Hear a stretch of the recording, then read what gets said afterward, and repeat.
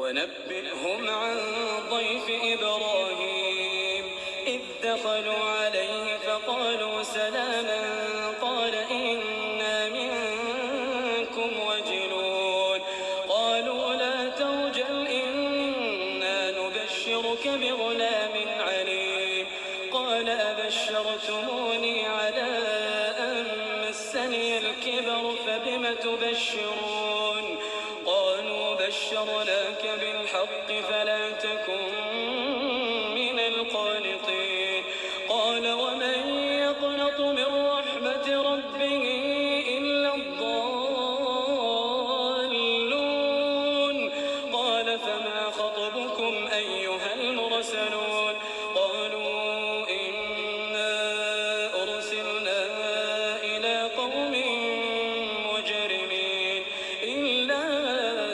آل لوط إنا لمنجوهم أجمعين إلا امرأته قدرنا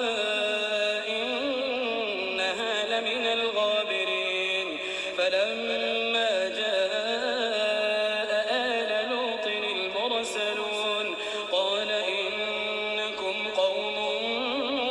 منكرون قالوا بل جئناك بما كانوا فيه يمترون وأتيناك بالحق وإنا لصادقون فأسر بأهلك بقطع من الليل واتبع أدبارهم ولا يلتفت منكم أحد وامضوا حيث تؤمرون وقضينا إليه ذلك الأمر أن دابر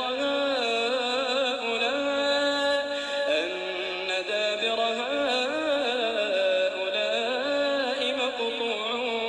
مصبحين وجاء أهل المدينة يستبشرون قال إن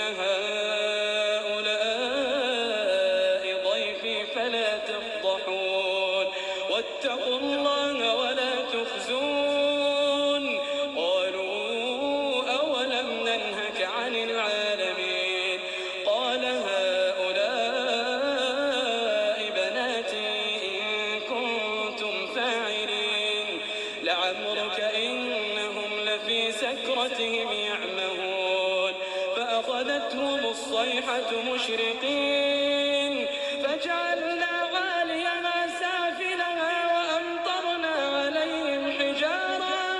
وأمطرنا عليهم حجارة من سجيل إن في ذلك لآيات للمتوسمين وإنها لبسبيل